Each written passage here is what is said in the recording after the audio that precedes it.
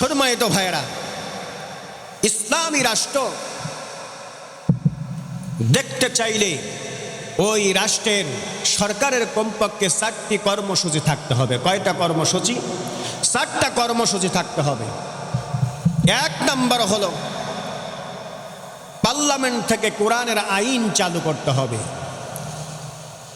বিসমিল্লাহ, পার্লামেন্ট থেকে, সংসদ ভবন থেকে বিসমিল্লাহর আইন চালু করতে হবে।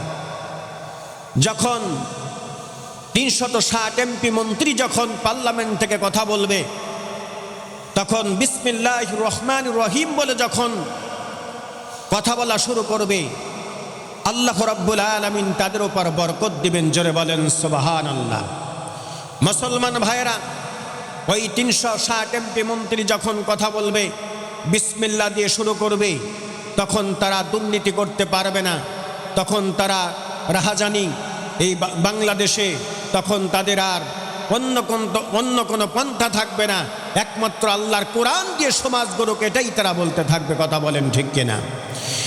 2 নম্বর হল ইসলামী রাষ্ট্র যদি আমরা দেখতে চাই, আল্লাহর নবী বলেছেন 2 নম্বর হলো বাংলাদেশের পার্লামেন্ট থেকে, সংসদ ভবন থেকে এবার নামাজের বিলটা পাশ করতে হবে।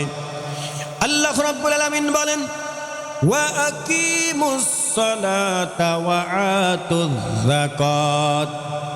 আল্লাহ রাব্বুল আলামিন বলেন 1 নম্বর হলো নামাজের বিল, বিল পাশ করতে হবে। কারণ হলো নামাজের বিল যদি পাশ হয়ে যায়, আমরা যত আলেম ওলামা পৃথিবীর জমিনে যত কোরআনের কথা বলি, আমাদের দ্বারা নামাজ প্রতিষ্ঠিত হবে না যতক্ষণ পর্যন্ত পার্লামেন্ট থেকে কোরআনের আইন, নামাজের বিল পাশ না হবে। কথা বলেন ঠিক কিনা? নামাজের বিলটা যখন পাশ হয়ে যাবে, তখন সেনা মোতায়েন করা হবে। এদিকে আসরের নামাজের আজান হয়ে গেল, মানুষগুলো দোকানে বসে বসে চাষটালে এবার চা খাচ্ছে, এবার হাতের মধ্যে সিগারেট আছে, কিন্তু নামাজের বিল পাশ হয়েছে। যারা নামাজ পড়বে না তাদেরকে 10টা বেত্রাঘাত করতে হবে। তখন আজান হয়েছে, মুয়াজ্জিনের কণ্ঠে আজান ভেসে গেল। ওই সময়ে দেখা গেল হাতের মধ্যে সিগারেট, হাতের মধ্যে চায়ের কাপ, সব ফেলিয়ে নামাজের দিকে দৌড়াবে।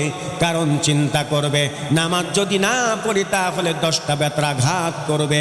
এই ভয় নিয়ে তারা নামাজের দিকে দৌড়াবে। কথা বলেন ঠিক কিনা?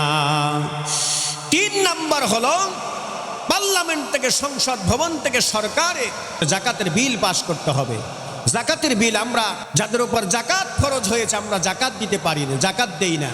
যখন পার্লামেন্ট থেকে, সংসদ ভবন থেকে জাকাতের বিলটা পাশ হয়ে যাবে, জাকাত দেওয়া বাধ্য করবে, তখন ধনী লোক জাকাত দিবে, গরিবের অভাব বিমোচন হবে, দূর হবে। আর বাংলাদেশে রাহাজানি, দুর্নীতি, ডাকাত, ছিনতাই আর কোনো কিছু চলবে না। কথা বলেন ঠিক কিনা? মুসলমান ভাইয়েরা, 4 নম্বর হল এবার পার্লামেন্ট থেকে সরকার যদি ইনসাফ প্রতিষ্ঠা করে এবং বিচার যখন করবে, কোরআন দিয়ে বিচার করবে, কোরআন দিয়ে যখন বিচার হবে, ওই বিচারটা গরিব ধনী ছোট বড় আত্মীয় স্বজন সকলের বেলায় একই বিচার হবে।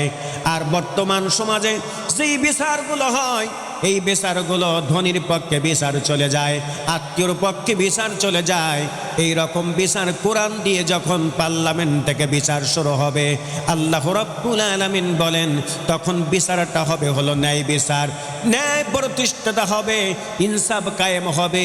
মুসলমান ভাইরা, এই জন্য যদি আমরা বাংলাদেশকে ইসলামী রাষ্ট্র হিসাবে দেখতে চাই, তাহলে কমপক্ষে বাংলাদেশের সরকারের 4টা কর্মসূচি থাকার দরকার আছে না?